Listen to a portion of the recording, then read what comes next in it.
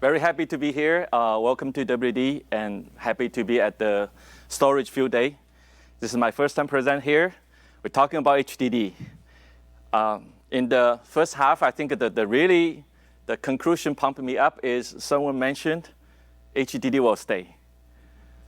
And this is a good summary. It kind of summarized the last 50 years. HDD will stay.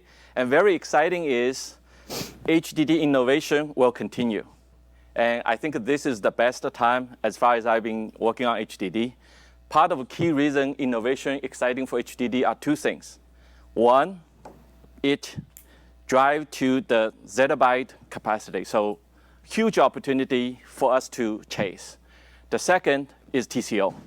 This is the new boundary condition release for us. We used to build a hard drive, fit into the spec. Now we are talking about find out what the customer wants in terms of their value and the innovation accordingly. So we're not talking about just capacity. We're talking about energy. We're talking about reliability. We're talking about smartness of the drive. So very exciting. I want to share all our work here. Since we were talking about the future statement, this is the page I want to cover. Then, Zettabyte. I'm kind of a math guy. When I talk about Zettabyte, I try to connect with what that means. So at the time I first see this capacity size, I was working on 10 terabyte drive. 1 zettabyte means 1 million, or 10 million, or 100 million, 10 terabyte drive. A lot of drives we need to make. At that time we think, wow, it's just resource impossible to get there. So what does that mean? We need to really scale up. We need to innovate. And at that time, we were talking about how do we grow area density, overcome thermal stability, solution for that. So to drive to that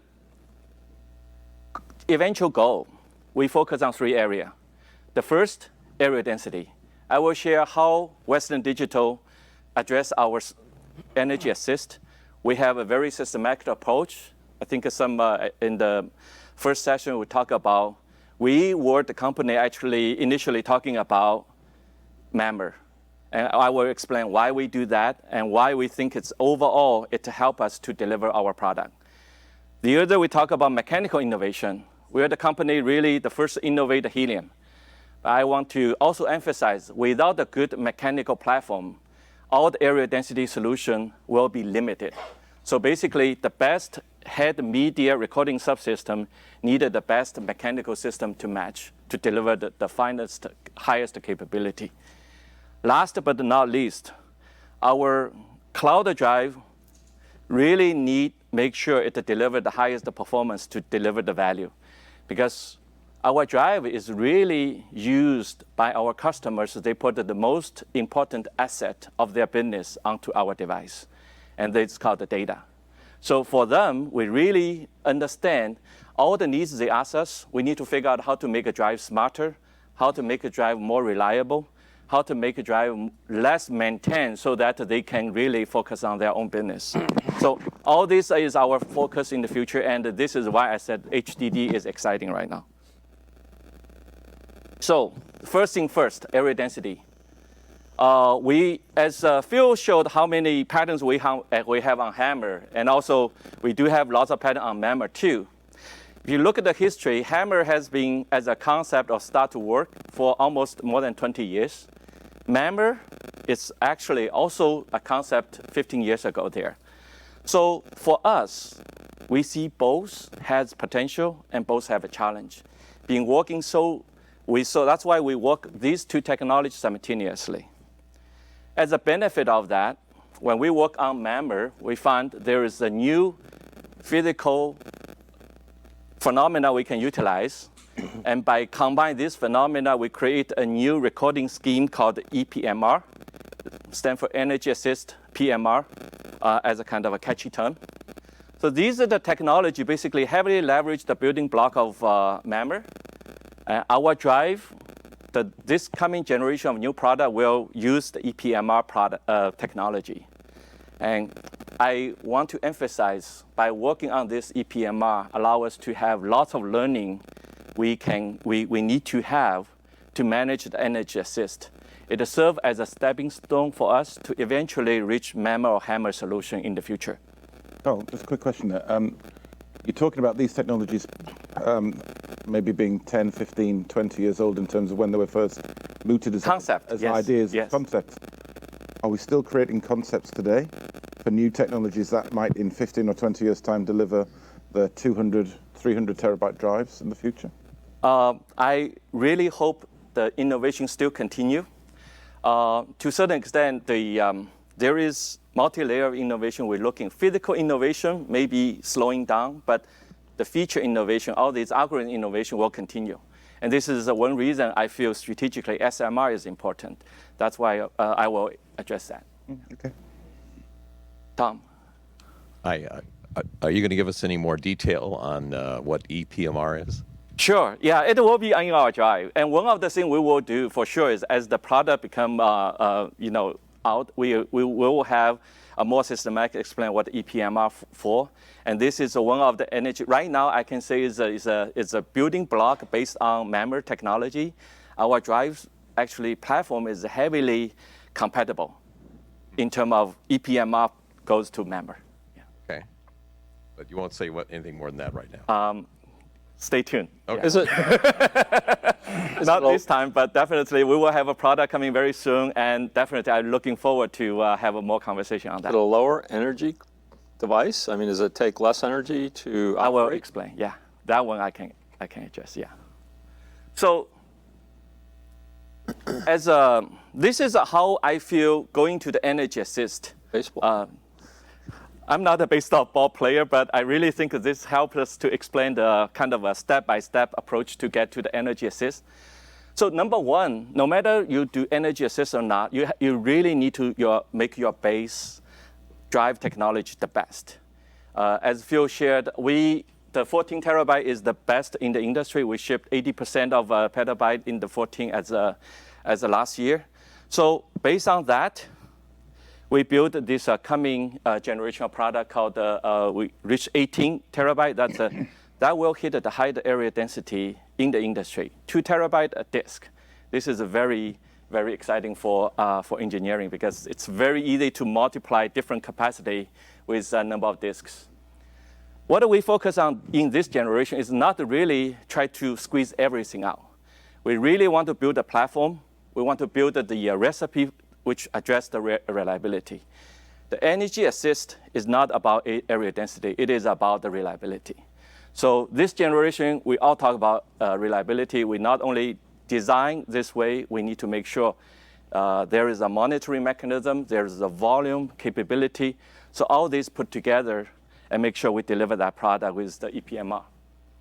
So once we deliver that, this coming early this year, we are now actually simultaneously working on the next generation of product. This product, we will heavily focus on squeeze area density. Because now we know where is the cliff, where the reliability things we can work on.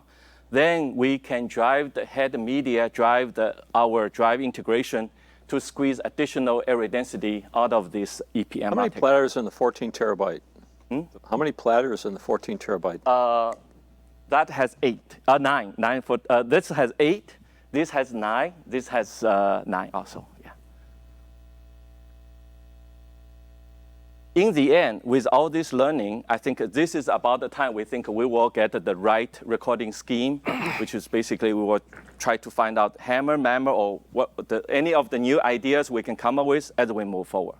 So the good thing about this approach is this is approach not only get ourselves ready, it also prepare our customer to be able to familiar energy assistant technology. So with a multiple generation they are familiar with, and they have a more confidence to get into the HAMR or get into the MAMR as we're looking forward. Is MAMR going to require more energy to read and write, or write, I guess?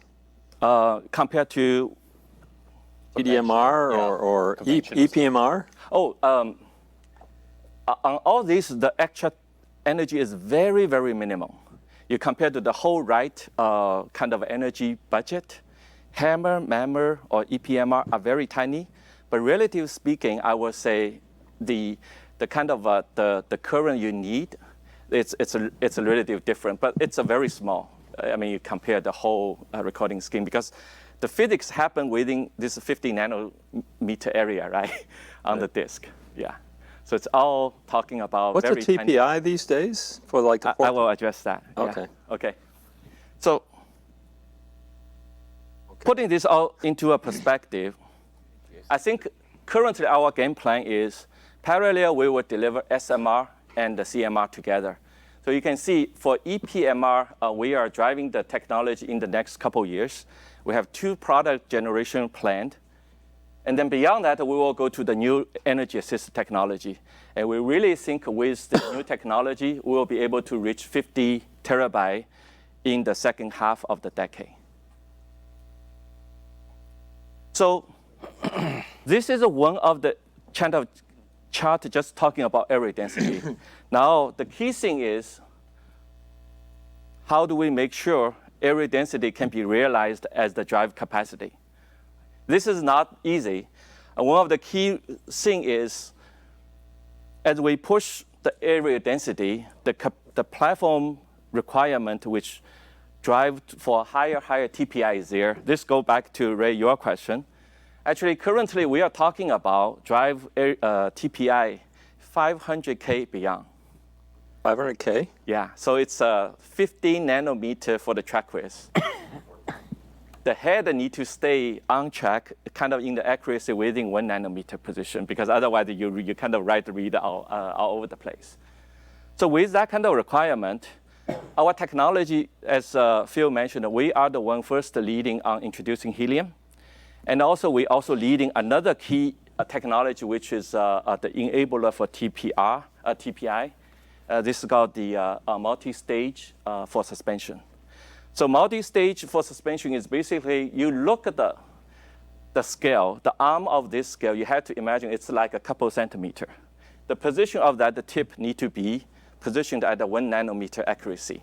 And by the way, this has to run very fast to go from one track to the other. So you almost imagine if you're a fishing guy, you hold the stick, and the end of the tip need to be very accurate. You have to run very fast too. So that's how difficult it is. And now, the multi-actuator allow us to do is we have a better control in the end for the head. And this coming generation, we will introduce a triple actuator suspension. And with this triple actuator suspension, it will be able to support 500K TPI and beyond. So when you say triple actuator, there's actually 3 joints in the head? Oh, yes, it's almost one is arm, one's here, then you can, yeah. So there is a voice coil here. It will move the whole thing in a one stage, that's one stage. Then there is a kind of intermediate arm, which basically rotate the suspension. Then on the tip of the slider, there is another stage. So with this 3 actuator, you can really optimize your seeking, your positioning. So all these can be optimized. But does that increase seek time or reduce seek time? It should optimize the seek time. I would say should be make a seek time faster if we can control the settle better. Yeah, especially this settle allow us to have a multi-actuator to control that. So when will you be able to say how that translates into IOPS that a drive can actually? Okay, the drive is coming out this spring, so it definitely help our overall performance. Significantly, or just 1 or 2 percentage points? I mean, I will say it's improvement. It's not a game changer. It's still a hard drive, right? But all these matters because actually the thing we are more when we working with our customer, we really realize is the HDD. The good thing about HDD, we have multiple areas to improve. Every area, if it chip in couple %, it really help our overall end customer gain their TCO. So the important thing on TPI bring to another topic is our SMR strategy. I think the visualization field put together is like the track is on top of each other. This is a good example, but we think SMR is more than just you put the track on top of each other. With the SMR kind of a format, we are actually developing a channel technology which is allow us to put the ECC encoding scheme on multiple data block. Because SMR, they write the whole data track at the one time. It also allows us to even put the ECC scheme on the whole track. So with this multiple technology, we are able to focus on the increment SMR gain as the overall area density increase.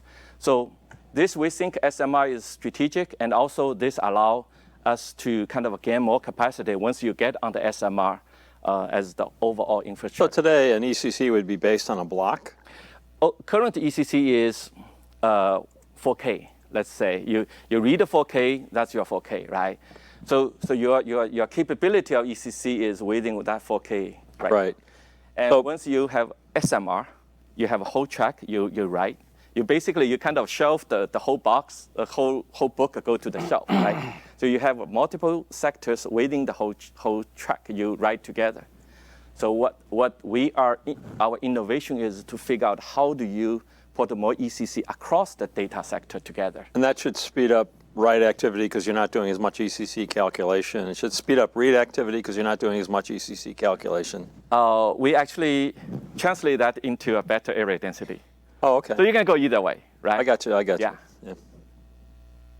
So But you're showing us technologies that are incrementing the density, yes, so less IOPS per disk at the end of the day. And on the other side, you are showing technology that is incrementing seek time, so IOPS. yeah. So they are competing with each other. So at the end of the equation, we have zero. I mean, So end of the day, actually, when we drive the area capacity drive bigger, you do see the unit of I/O will reduce. That's given. So this is the universal kind of challenge, not only for HDD. Actually, our hyper cloud people, they fully aware of that. This is the reason the dual actuator and also different Q command, all these technologies is part of the overall solution. The other thing we realize is as the data center getting bigger and bigger, the data kind of a cold temperature gradients in terms of their resolution getting better. So the cloud people actually can better predict what the data could be on what type of device. So this is another thing allow us to build a bigger drive and be able to effectively use. So in the end, I hope I can make it very clear, build the confidence for the team. HDD will stay and HDD will grow very healthy. We have a very clear roadmap of vision in terms of how to get to 50 terabyte. And we focus on mechanical platform. I think this is our kind of competitive advantage. And this is also, I think, enabler for us to make all the area density able to translate into the capacity. The last but not least, all these features are innovation together with our hypercloud customer are the key to deliver the highest TCO for the customer. Carl, have you thought about going back and reviewing the size of the drives? Like rather than using 3.5-inch drives, looking at different form factors, because we've accepted that as a thing to do for SSDs, and we've come up with different form factors. Why not do something similar with the hard drive? We definitely look at form factors, yes. Okay, fair enough. Okay, deliver technology at the right time. That's the kind of conclusion for HDD. Dr. She, question. How many heads are in a 10 terabyte, 14 terabyte drive today? So the 10 terabyte, as Phil talked about, is the air drive. We have 6 disks, that's 12 heads. 12 heads. Yeah, the 14 terabyte, that's we shipped right now, it's 8 disk, that's 16 heads. Have they done the analysis to make an array, a grid of heads, and not move them, and just have this disk spinning? Oh, almost like a tape. Multiple heads doing that. Would it be faster or more expensive, or? It is part of the overall kind of trade-off. It will definitely change the speed. Data rate will improve, but yeah, how do we? Cost. Yeah, how do we trade it? Yeah, what's the best trade-off? Yeah. Because the RPMs are excessive. Yes. So fast. Yeah, all these out-of-box idea, it will actually sometimes it's just aha moment allow us to get to another solution for our customers. Yeah. Okay. Thanks. Thank you.